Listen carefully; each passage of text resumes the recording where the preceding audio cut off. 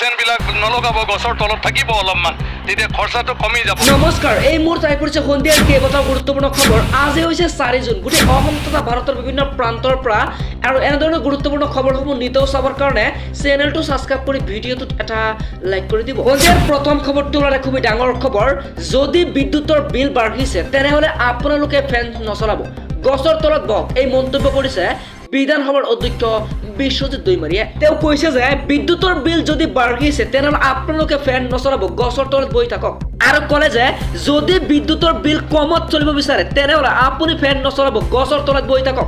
এই আহ্বান জনাইছে বিধানসভাৰ অধ্যক্ষ বিশ্বজিৎ দৈমাৰীয়ে। চৰকাৰতো পাৱাৰ হাউচ নাই বুলি মন্তব্য বিশ্বজিৎ দৈমাৰীৰ। তেওঁ ক'লে যে যদি বেছি দামত বিদ্যুৎ শক্তি কিনিব লাগিব তেনেহ'লে সেই টকা গ্ৰাহকে দিব লাগিব। ওদালগুৰি জিলাৰ ডিমাকুছিত এক অনুষ্ঠানত অংশ লৈ মন্তব্য কৰিছে বিশ্বজিৎ দৈমাৰীয়ে। পৰৱৰ্তী খবৰটো হ'ল খুবেই ডাঙৰ খবৰ।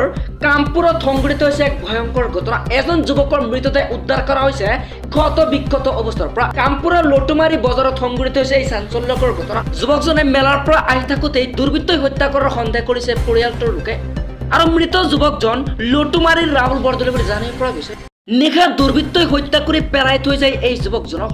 ক্ষত বিক্ষত অৱস্থাৰ পৰা উদ্ধাৰ কৰা হৈছে এই যুৱকজনৰ মৃতদেহ। যুৱকজনে মেলাৰ পৰা ঘৰলৈ ঘূৰি আহোঁতে দুৰ্বৃত্তই হত্যা কৰিছে এই যুৱকজনক, আৰু হত্যা কৰা যুৱকজন লটুমাৰীৰ ৰাহুল বৰদলৈ বুলি জানিব পৰা গৈছে। উৰিষ্যাত সংঘটিত হোৱা ৰেল দুৰ্ঘটনাত অসমৰ এজন যুৱকৰ সন্ধানহীন হৈ আছে, আৰু এই যুৱকজনে 1 বছৰ আগতে কৰ্মসূত্ৰে ওলাই গৈছিল বহিৰাজ্যলৈ, আৰু 1 বছৰ পিছতেই ঘৰলৈ উভতি আহিছিল। কিন্তু উভতি অহাৰ সময়তে ৰেল দুৰ্ঘটনাত সন্ধানহীন হৈ আছে এই যুৱকজন।